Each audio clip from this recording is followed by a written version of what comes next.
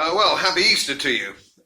As it's Easter, our great Christian festival, I thought it might be interesting to make a few observations about multiculturalism, which we seem to be making something of a pig breakfast of.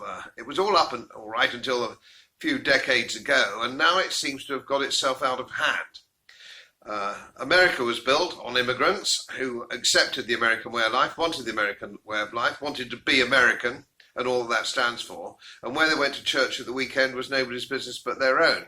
And that used to be the case here. It used to be the case in the United Kingdom, but that's now changed in the last 10 years. We have thousands and thousands of people coming here to hostile to our way of life, their attitudes to women's rights, their attitude to paedophilia, their attitude to animal welfare. All these things are totally alien to our culture. They don't want a constitutional monarchy. They don't want a parliamentary democracy. They want to bring their own cultures in, bag and baggage, and to take over our own. Now, this isn't really satisfactory. If you do not like our culture, you don't want a culture, if you don't want to live under the principles of English law, you must leave. You must go. I've just got back from a 2-day trip to Dubai where they handle these things much better. I met at least a dozen people from different nationalities and over half a dozen from different religions. It's a real melting pot in Dubai, and it's a thriving city-state. They don't have welfare, they have an autocratic monarchy, but they don't have any crime. There's no crime in Dubai. And the reason for this is you go to Dubai to work. It's not a refuge. You don't go there to avoid work. You go there to work for the benefit of your family and therefore for the good of the nation state, the city-state of Dubai.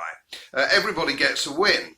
And if you don't want that, if you break the rules in Dubai, you're booted out. Your feet don't touch the ground. So I counsel Prime Minister and Home Secretary, you must grip this. You must grip this. If there are people in the country who don't have the same attitudes to women's rights, paedophilia, animal welfare, if they don't want our constitutional democracy, they don't want our way of life, we're going to have to get rid of them before the situation becomes out of control, as it is in parts of Germany and Sweden.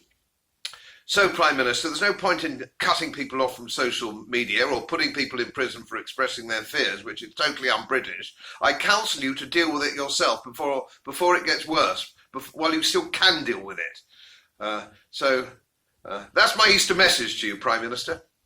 Think about it, will you? Think about it. Deal with it. Don't sweep it under the carpet.